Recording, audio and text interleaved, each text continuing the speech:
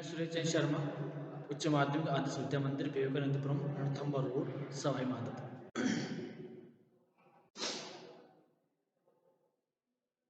आज नया विषय हमारा है मुहावरे। मुहावरे विषय को लेकर के हम आज चर्चा करेंगे। इन मुहावरे के अंदर क्या छिपा हुआ है, कैसे मुहावरे आते हैं, किस प्रकार से हमें मुहावरे का ज्ञान होना चाहिए। पहले हम ये देखते हैं कि मुहावरे है क्या। मुहावरा क्या होता है, मुहावरे क्या होते हैं, मुहावरे का शाब्दिक अर्थ क्या है। मुहावरे का शाब्दिक अर्थ होता है बातचीत करना या उत्तर देना। मुहावरे का शाब्दिक अर्थ होता है मुहावरा बातचीत करना, बातचीत करना या किसी चीज का हमें उत्तर देना। इस तरीके से हम मुहावरे का अर्थ लगा सकते हैं कि बातचीत करना या किसी को उत्तर देना। जो मुहावरा जो शब्द है वह मुहावरा शब्द अरबी भाषा का शब्द है। इस बात को ध्यान रखना, मुहावरा शब्द है वो हमारा अरबी भाषा का शब्द है। इसका अर्थ होता है आपस में एक दूसरे से वार्तालाप करना, बातचीत करना या एक दूसरे से उत्तर प्रत्युत्तर करना, यानी उत्तर देना मुहावरा कहलाता है। मुहावरा क्या होता है, परिभाषा पर नजर डालते हैं तो हमारी परिभाषा कहती है विशेष अर्थ को प्रकट करने वाले जो वाक्यांश को मुहावरा कहते हैं, क्योंकि मुहावरा एक वाक्यांश होता है, वाक्य का एक छोटा सा अंश होता है, वाक्यांश जिसको बोलते हैं। अर्थात वाक्य का छोटा सा अंश, अंश का मतलब उसका हिस्सा, वाक्य का छोटा सा हिस्सा। भाषा भावों विचारों का आदान प्रदान करने का माध्यम मुहावरे होते हैं। अपनी बात को प्रभावी ढंग से व्यक्त करने के लिए मुहावरों का प्रयोग किया जाता है। अपनी जो बात होती है कोई भी उसको प्रभावी तरीके से व्यक्त करना चाहें, दूसरे के सामने बात को रखना चाहें, वह हमारा मुहावरा होता है। आपको मैंने बताया था कि मुहावरा क्या होता है, वाक्यांश होता है, वाक्य का एक छोटा अंश होता है जिनका प्रयोग क्रिया के रूप में वाक्य के बीच में किया जाता है, जिनका प्रयोग वाक्य के बीच में किया जाता है। जिसके अंदर क्या होता है, एक छोटा सा भाव छिपा होता है, वही हमारा मुहावरे का अर्थ आ जाता है, वही हमारा मुहावरा होता है। ये बात मुहावरे में जानी जाती है। व्याख्यांश होता है कैसे, यानी कि लोग प्रसिद्ध, यानी कि हम देखना चाहें क्या कि विशेष अर्थ को प्रकट करने वाला जो वाक्यांश होता है, विशेष अर्थ को प्रकट करने वाला वाक्यांश होता है, वो हमारा मुहावरा होता है। अब जैसे मैं कहता हूँ, एक मुहावरा लेता हूँ, गरीब जानवर। गरीब जानवर किसी से के लिए भी कहते, जैसे गाय खड़ी हुई है, जानवर को खड़ा, उसके लिए हम कह रहे हैं कि ये गरीब जानवर है, ये गरीब जानवर, अर्थात उसका अर्थ क्या था, सीधा गाय एक गरीब जानवर है, गाय एक गरीब जानवर है, गाय एक सीधा साधा जानवर है, इसका अर्थ ये होगा। तो क्या वाक्यांश के अंदर यानी कि विशेष अर्थ को जो प्रकट करने वाला भाव होता है, वही हमारा मुहावरा कहलाता है। यानी कि भावों विचारों को प्रदान कर, विचार भाव कौन से आते हैं, जैसे गाय खड़ी है, ठीक है, हम उसके लिए कहते हैं कि गरीब जानवर, गरीब जानवर है। तो किसी व्यक्ति के लिए गरीब व्यक्ति है, गरीब यानी सीधा साधा व्यक्ति है। गरीब की उपमा उसको किसके दी गई है, उसकी सीधे साधी चीज से दी गई है, उसके भाव को बताया, उसका भाव, उस व्यक्ति का भाव कैसा, गरीब का भाव है, गरीबता का भाव है, वो भाव उसको मैं बताइए। जैसे गम खाना यानी सहना। अब सहना, अरे मोहन किसी की भली बुरी बात को भी सुन लेता है, लेकिन वो गम खा जाता है, लेकिन वो क्या करता है, गम खा जाता है। गम खाने का मतलब अर्थात वह सहन, उस बात को भी सहन कर लेता है, उसके बदले में किसी बात को भी, उसके अंदर जो भाव छिपा हुआ है, यानी भाषा का जो भाव विचार छिपा हुआ है, उसका आदान प्रदान करने का जो माध्यम है, वही वो मुहावरा होता है। अपनी बात को प्रभावी ढंग से कहना, अपनी बात को प्रभावी ढंग से कहने की बात नहीं, जैसे ईंट का जवाब पत्थर से देना। ईंट का जवाब, किसी ने कोई बात कह दी यार, उस व्यक्ति के साथ में ईंट का जवाब पत्थर से देना, है ना, बुरे के साथ बुरा व्यवहार करना, ये बात इसके अंतर्गत आती है। जैसे 9 2 11 होना, 9 2 11 होना। अब किस प्रकार से, यानी भाग जाना, उसका अर्थ तो ये हो गया। लेकिन हम उसका अर्थ ये लाए कि 9 2 11 होना, गिनती की तरीके 9 2 ऐसा नहीं। उसने क्या कहा है कि मुहारा हमारा व्याकरण जिनका प्रयोग क्रिया के रूप में वाक्य के बीच में किया जाता है। क्रिया के रूप में किसके बीच में किया जाता है? वाक्य के बीच में किया जाता है। चोर पुलिस को देखकर 9 2 11 हो गया। चोर पुलिस को देखकर 9 2 11 हो गया। अब क्या क्रिया के वाक्य के बीच में आया 9 2 11 होना, चोर पुलिस को देख करके 9 2 11 हो गया, यानी चोर पुलिस को देख करके भाग गया। भाग गया तो बीच के वाक्य में उसका प्रयोग किया जाता है जिसमें एक पूरा भाव छिपा हुआ था। कौन सा भाव छिपा हुआ था? चोरी करने का। यानी कि चोर पुलिस को देख करके 9 2 11 हो गया। क्यों हो गया 9 2? क्यों भाग गया? क्योंकि चोरी करने का जो भाव छिपा हुआ, चोर के लिए जो भाव है, वह भाव उस 9 2 11 में छिपा हुआ है। यानी भाग जा, क्यों भागा वो चोर?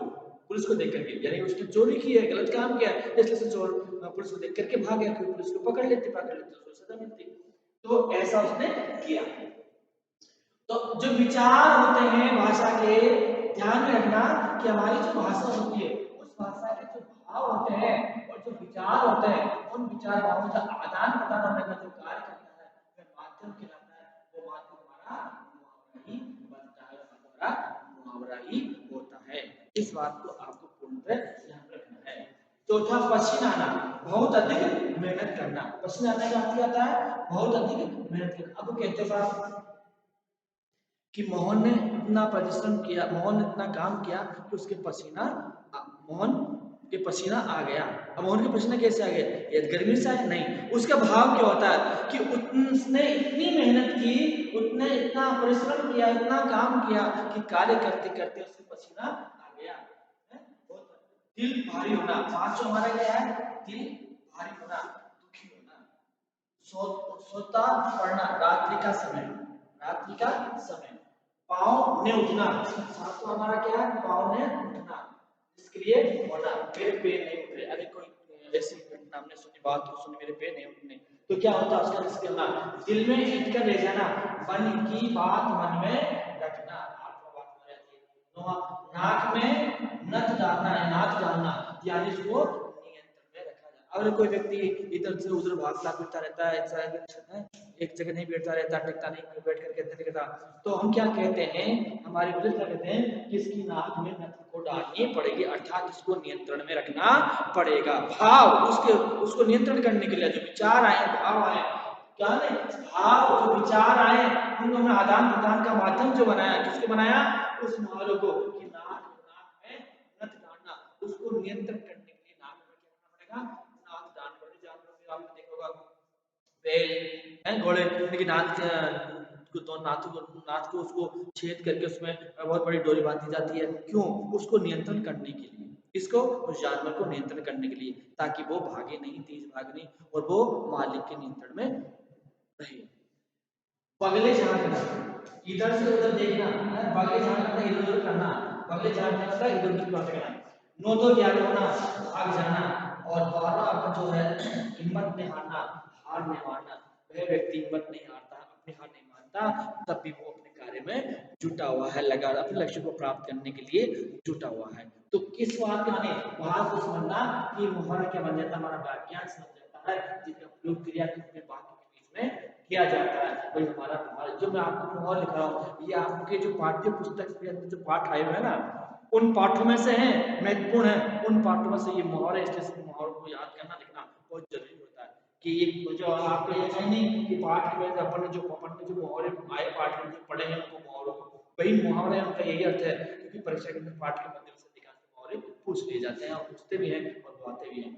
तो मुहावरे क्या होते हैं? हमने परिभाषा जानी, मुहावरे को विस्तृत रूप से ज्ञान किया कि मुहावरे किस प्रकार से हमारे समझ में आते हैं, किस प्रकार से ज्ञान होते हैं। उसके अलावा और भी आपके पाठ्यक्रम आए, उन मुहावरों को और भी अपन देखना चाहेंगे। अब इसके बाद आगे मुहावरे हम देखेंगे कि धूप खाना, धूप में बैठना। आपका एक मुहावरा आता है कि धूप खाना अर्थात धूप में बैठना। अब इसका जब हम प्रयोग करते हैं, प्रयोग की दृष्टि से देखते हैं कि ठंड में धूप खाना अच्छा लगता है, ठंड में धूप खाना अच्छा लगता है, अर्थात धूप में ठंड में धूप में बैठना अच्छा लगता है, इसका प्रयोग हो गया। तो क्या कि ठंड में धूप खाना अच्छा लगता है, धूप को खाई नहीं जाती है। अगर अगर ऐसा देखा जाए वास्तविक धूप नहीं खाई जाती, बल्कि धूप खाने का अर्थ है उसका भाव क्या क्या भाषा होती है, उसके भाव जो विचार होता है ना, उस विचारों का आदान प्रदान वही हमारा क्या बन जाता है, मुहावरा बन जाता है। कौन सा भाव, क्या भाव है ना, खाने का भाव। खाने का भाव मतलब नहीं धूप में बैठे रहना जो आता है कि यहाँ धूप में बैठे रहना। घोड़े पर सवार होना, शीघ्रता करना। घोड़े पर सवार होने का अर्थ क्या लेते हैं, किसी चीज की शीघ्रता, किसी कार्य को करना या शीघ्रता से कार्य करने में लगे रहना, शीघ्रता लेना। लेकिन जैसे घोड़े पर सवार होकर के कोई भी काम नहीं होता है, क्या कि घोड़े पे सवार होकर के कोई भी काम नहीं होता। आई बात समझ में, घोड़े पर सवार होकर के कोई काम नहीं हो सकता, यानी कि शीघ्रता से कार्य नहीं हो सकता। जान नहीं पढ़ना, संदेह होना, किताबों के भीतर होना, पुस्तकें पढ़ने में मशगूल होना, आसमान छूना, बहुत ऊंचा होना, हावी होना, किसी को शांत करना, सांवले सपने, मनमोहक इच्छा, प्रकृति में विलीन होना, प्रकृति में घुल मिल जाना, मौत मौत की गोद में बसना, मर जाना, शब्दों का जामा पहनाना, अपने अनुभवों को लिपिबद्ध करना, लिपिबद्ध यानी लिखना, चेहरा भरा होना, स्वस्थ देखना। इस प्रकार से ये हम जो मुहावरा लिखा है, यानी कि प्रेमचंद के फटे जूते तक का एक जहां तक का जो मुहावरा वो आ गया है, यानी पाठ्य क्रम का आधार पर पाठ्य पुस्तक में जो मुहावरा हमारा आए हैं, उन मुहावरों को मैं यहाँ महत्वपूर्ण मुहावरों को लिख रहा हूँ, और सभी विद्यार्थी इन मुहावरों को आप अच्छी तरीके से अपनी कॉपी में लिख पाओगे, लिखोगे। क्यों कि ये आपके पाठ्यक्रम जो आपने किताब पाठ पढ़ा है ना, जो परीक्षा के आने के पाठ है, उन पाठों में से ही छांट करके लिए मैंने, और उनको आपको याद करनी है। पहले इनको याद करो, उसके बाद की बात। तो केवल आपको परीक्षा में मुहावरे का अर्थ आपसे पूछा जाएगा, इस मुहावरे का क्या अर्थ है, इस मुहावरे का क्या अर्थ है, मुहावरा कैसे होता है, क्या होता है, आपकी परिभाषा मैंने बताई, परिभाषा के बाद उसका विस्तृत रूप मैंने आपको समझाया, उसके आधार पर मुहावरे तैयार हुए हैं। तो ये मुहावरे जितने भी लिखा रहा हूँ, आज मैंने आपको 23 मुहावरे लिखा दिए, यानी कि 23 मुहावरे जो है वो आपके पाठ्य पुस्तक में से आपके जो पाठ है जो हमने पढ़े हैं, उन पाठों के मध्य में से ये मुहावरे छाट करके लिए गए हैं, इनको आपको लिखना है, याद करना है, इस बात का विशेष ध्यान रखना है। आज बस इतना ही, कल और मुहावरे लेकर के हम उपस्थित होंगे, तब तक के लिए